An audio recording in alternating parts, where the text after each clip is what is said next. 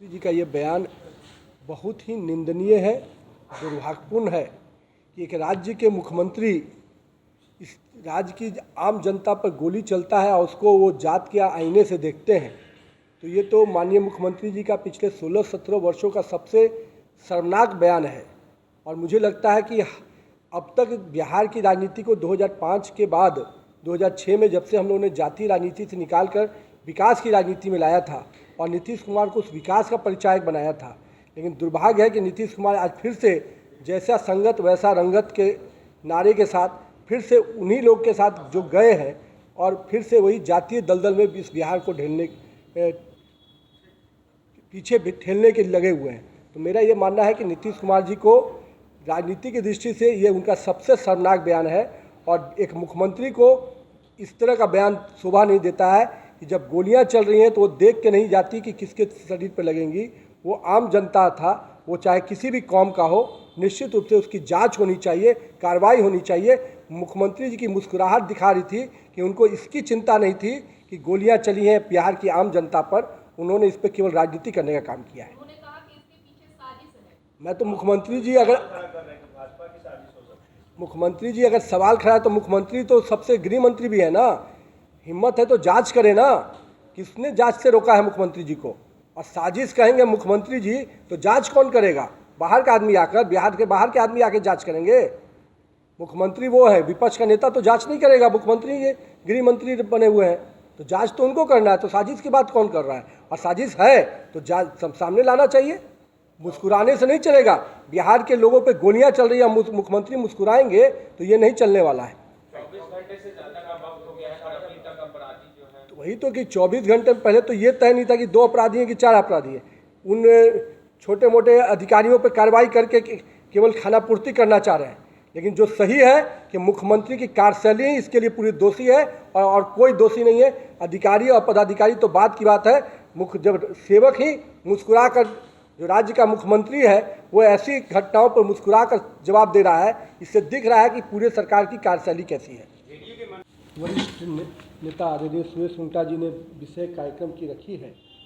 और हम लोग मुख्य रूप से आपके बीच में इस कार्यक्रम का जो विषय है वो तो उन्होंने बताया, लेकिन जो मोदी 20 जो बुक है ड्रीम्स मीट डिलीवरी, इस बुक को किन विषयों पर लिखा गया मैं उसकी थोड़ी जानकारी आपसे साझा कर रहा हूँ। मुख्य रूप से माननीय प्रधानमंत्री नरेंद्र मोदी जी का जो 20 वर्षों का कार्यकाल रहा है एक मुख्यमंत्री के रूप में गुजरात में और उसके बाद के कालखंड में देश के प्रधानमंत्री के रूप में, तो जिस प्रकार से उन्होंने आइडिया ऑफ इंडिया के आधार पर सबका साथ सबका विकास सबका विश्वास सबका प्रयास के मंत्र के साथ पूरे देश में एक मंत्र के साथ जोड़कर विकास की जो नई पटकथा लिखी और पूरे देश में before Modi and after Modi के बारे में जो एक चर्चा पूरे देश में आज है, उस पूरे संस्करण पर कई लोगों ने, अलग अलग जो विधा के लोग हैं, उन्होंने इस पर अपने लेख लिखे हैं और ऐसे 21 लेखों को संग्रहण करके ये बुक बना है मोदी @20 ड्रीम्स मीट डिलीवरी। इस बुक को मुख्य रूप से राजनीति की दृष्टि से इसमें अमित शाह जी का लेख है, जिन्होंने उनके साथ काम करने के अनुभवों को साझा किया है। साथ में खेल के क्षेत्र में पीवी सिंधु जो अपने आप में एक हस्ती हैं, उन्होंने अपने अनुभवों को साझा किया है। कला के क्षेत्र से अनुपम खेर जी का है। अर्थशास्त्र में अरविंद पनगड़िया जी का नाम आप लोगों ने सुना होगा। लोकप्रिय लेखक अमीश त्रिपाठी और सुधा मूर्ति जी ने उनके लिए अपने संस्मरण जो 20 वर्षों के उनके कार्यकाल उस पर लिखा है। उसी तरह से डेटा विज्ञान में सनिक रवि का, चुनाव विज्ञान में प्रदीप गुप्ता का और राष्ट्रीय सुरक्षा में अजीत डोभाल का और कूटनीति में डॉक्टर एस जयशंकर जैसे अनेक लोगों ने, इसमें 21 लोगों ने मिलकर इस पूरे किताब के संग्रहण को किया है। और मुख्य रूप से इस किताब को मोदी जी के जो पूरे काम करने के तरीके हैं, जिस प्रकार से उन्होंने देश में वेलफेयर स्कीम्स को लाया, जिस प्रकार से देश में उन्होंने एक एक व्यक्ति को छूने का प्रयास किया कि किस प्रकार से विकास के, जब वो प्रधानमंत्री जी कहते हैं कि मैं